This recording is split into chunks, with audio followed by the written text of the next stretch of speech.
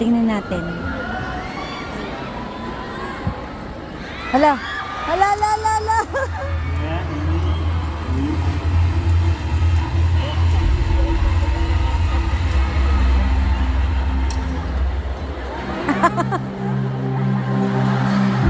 So, my name is Lloyd Cedric, but my friends call me Ced. And my lola, my ating lola also, her name is Erlinda Carlos, which we call her Lola Lily. I'm Mama CK, known as Mama CK sa Palbon na to. Ang makap si Margarine. Ayan, si ano? Si Mateo Dominic. Oh, si Mateo. Big fan din ng SB19. Oo. Si Lola Linda, aware na siya sa SB19 way back 2019. Sama ko si Lola Linda nung concert ng SB19. Doon siya nakaka. Wow, galing naman pala nila. Ayaw nila, ang galing. After that, sobra siyang naging instant fan. No, I heard of them, pero hindi pa ako fan nila. Then I heard the song Tila Luha. Yun talaga yung tumawag sa akin. Hindi naman ako nag-play sa YouTube at that time. Naka-all lang yung laptop ko. And then tumanog yung Tila Luha. Then nung narinig ko siya, umiyak na ako. Stay lang kami sa bahay. May nagsabi sa amin na ito magaling ito. Oo, si ano? Mapa dates pa yun. Ulit-ulit po kami yan. Minsan na-memorize na rin niya. Pag kumakanta ako, kinakanta na rin niya. Kaya siguro na rin siya. Oo, Music idol niya si finds Pablo. your soul as so yun yung ginawa ng Tila Luha. And then from then on, doon ako naging fan. Simula nung naging fan nila ako, hindi na ako bumitaw. Andito pa rin ako. Ayan na yung mga proofs natin sa tagal na natin sa fan. Why stand SB19? Either you love them because of their looks or you love them because of their music. Kasi yung musika nila, binigyan nila tayo ng buhay. Ano sila inspiring sila. Lalo na yung mga kanta nila yung meaning. Idol niyan si Pablo. Bias niya si Pablo. For me, yung pinaka-genuine sa SB19, not just the pure 100% talent, but for their character, their values. Ang dami kasi nagawa ni SB. Fandom yung ginawa nila, the 18. Sabi ni Pinuno, tahi. Inclusive. Idolo, dapat talaga sila maging idolo ng bata. Sana yung Gwapo naman nun. And everyday streaming. For streaming, everyday yun. Kasi part of a fan base ako. Everyday talaga.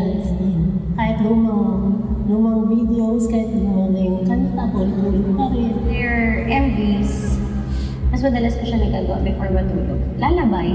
Sila yung naging kalong ko. And ng lola ko, since nung pandemic, sobrang naging colorful ng band. Grabe naman. Siguro parang fast time na.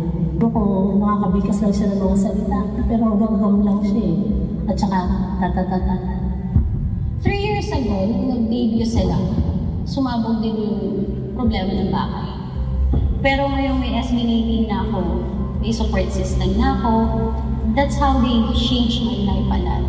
Last week, she was diagnosed to have a brain tumor. Ang doctor is savor na lang yung last weeks or last months na abandon mo si Lola. Marami pa talagang plano. Susunod kasi pumunta din sa concert ng SB19. Thank you din. Naging masaya ang buhay ng Lola Linda. Naging bagets din na hindi lang na-enjoy yung buhay niya. Na maging fun girl. And sobrang nung mga memories na yung buo na dadalhin ko pang habang buhay. Pag naalala ko kayo, naalala ko rin lahat ng banding natin kasama si Lola Linda. Yung meaning talaga, meaning ng mga kanta nila. Lalo na sa family, pero nyo, nagka-COVID, operahan sa brain, operahan sa heart. Grabe, Mga doctors na grabe. sa amin. Wala kami kinabitan ng family. Kasi mag-isip ka sa ulit pala ng anak ko eh. Yun lang ang nagbibigay ng saya. Siguro lalo na sa akin.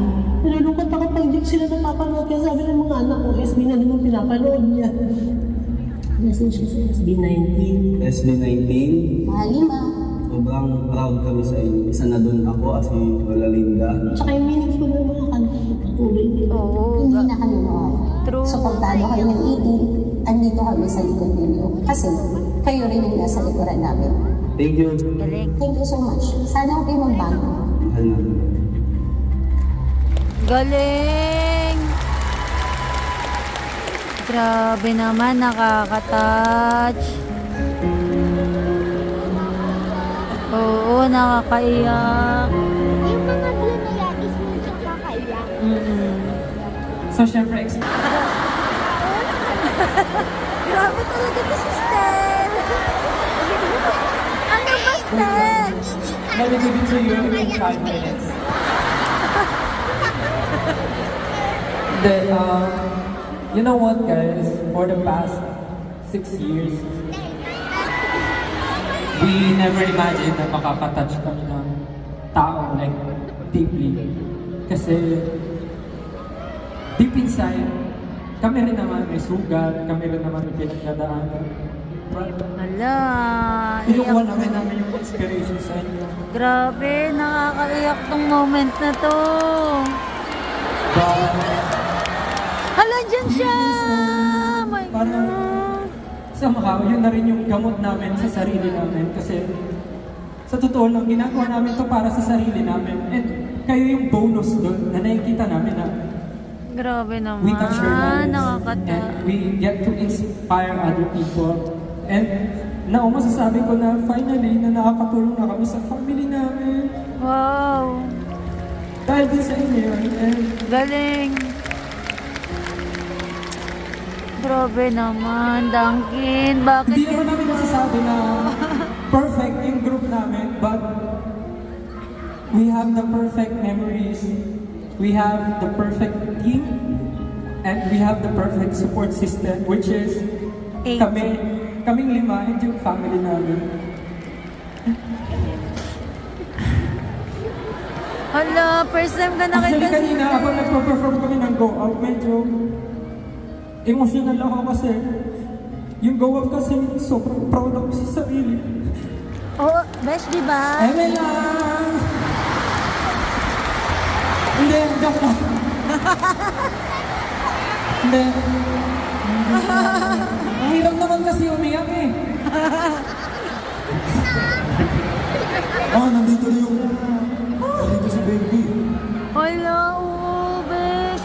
Ang bias niyan si Pablo. Yung sister, umiiyak kasi. Grabe.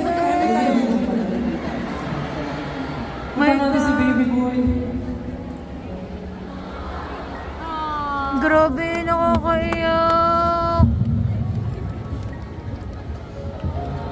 Oh my goodness. Okay na lang. Okay lang po siya.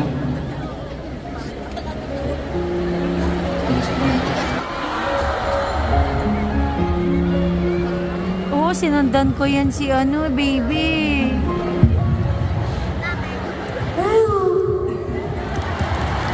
Alam niyo ba sobrang... Hello! Hello! Alam niyo po, it breaks my heart to see, syempre, yung katulad niya po. Grabe. Bata pa lang. Pero marami lang struggles. Grabe, ito yung Ang hirap moment. ko na nakikita siya na ganito. Alam ko po yung hirap ng version. Kaya sana po, magpakatatag kayo pareho. At sana nabibigyan po namin kayo ng saya. Grabe naman, nakakakurot sa puso. Actually, mahirap yun para sa side ni mommy to share and to expose baby na makita na parang kung ano yung pinagdadaanan nila as a family na silang dalawa lang nagtutulungan. But mommy always know na kahit hindi man tayo personally magkakilala, lahat kami dito, we are very proud of you. And thankful kami sa mga kagaya nyo. And of course, kami rin naman may parents kami. But syempre, yung case nyo po is very different from us. And we know it's very hard for you. But patuloy po kayong lumalaban. And I'm sure bumabangon po kayo para sa kanya. And actually, seeing him dito dito po sa concert talagang nakakatuwa kasi kahit na alam niyo po yun may pinagdadaanan siya pero nakikita po namin na nag-enjoy siya and masaya kami na naging parte kami ng buhay niya and nakakatulong po kami somehow sa inyo kaya maraming salamat po. Oh, ang galing naman. Meron po ba kayong gusto sabihin? Salamat po talaga sa lahat. Yung music niya po, malaking tulong. Hindi niyo lang po alam kung ano nagawa sa buhay namin maglola. And then, ay, galing kami sa ospital, kayo lang yung lagi namin pinapanood. Oh my God. Kayo lang yung lagi namin pinakikinggan. Hindi ko alam bakit. Pero gano'n talaga eh. Mapili kami sa kanta, pero music lover kasi siya nung hindi pa siya ganyan, yung normal pa lang. Ano ba, Justin? Nakakaano ka eh. Okay na eh. Itong bata. Salamat po sa inyo talaga. So, Si Justin. mabuhay po kayo ng matagal. Mahal na mahal po namin kayo. Wala pong katumbas. Mahalaga ang binibigyan yung saya sa amin. Maraming salamat, SB19. Sobrang mahal po namin kayo. Kung nabibigyan niyo po kami ng inspirasyon, sa totoo lang po, kung nabibigyan niyo po kami at kayo nabibigyan namin ng inspirasyon, mas nabibigyan niyo po ang SB19 ng inspirasyon. Lalo na po, nandito po kayo ngayon at syempre alam ko po napakahirap po itaguyod na ganito na pareho kayo lumalaban sa araw-araw. Ako hindi ko nga po ma-imagine paano nyo kinakaya. Kaya sobrang salamat po. Salamat na nag-i-stay kayo at lumalaban po kayo. Kayo po talaga lahat. Lahat na nandito sa Araneta, lahat po na sumusuporta sa amin. Kayo po ang dahilan ng aming lakas. Kaya po maraming salamat. Grabe naman. Ang moment na to. Picture po tayo. Thank you po, Mami. Salamat po. Thank you for sharing your wonderful story to everyone tonight. Maraming salamat po. Grabe.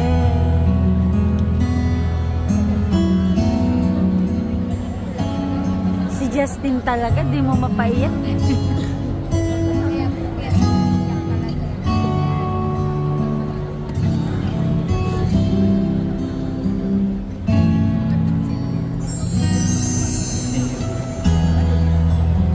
Thank you so much, Mommy. Thank you so much. Thank you. Theo, thank you so much. Maraming salamat po. Just to wrap up everything, I know some of people might see it as a challenge for them na may klaseng ganon, but others treat it as a blessing. Kasi what I actually felt habang nandun kami, parang kahit si Mami ay may pinagdadaanan, napakaswerte pa rin talaga ng, alam mo yung nangyayari sa buhay ng bawat tao. Isipin mo, buong buhay niyang maaalagaan yung anak niya. And hindi lahat ng tao may ganong klaseng opportunity or may ganong klaseng chance na maalagaan ng magulang or makasama yung parents nila. And yung ganong klaseng pinagdadaanan ng tao is something na talagang mati-cherish din natin habang lumalaki tayo. But ayun, siyempre sa amin, alam naman namin na mahirap ang ginagawa namin dahil nalalayo talaga kami sa parents namin, sa mga loved ones namin. But ginagawa namin to dahil siyempre may dreams kami for them. Kaya naman, palakpakan natin ulit ang story ni Mommy. At sa lahat ng mga taong napanood natin sa video kanina, maraming salamat po. Thank you for sharing your story to us tonight. And just to give back to everyone, especially to our parents, ang susunod na song po ito, saktong-sakto ay para sa inyo. Sana po magustuhan niyo. Kakayak naman. Nagbaboy nila. Ayoko na mag-video, hindi ko na susulit.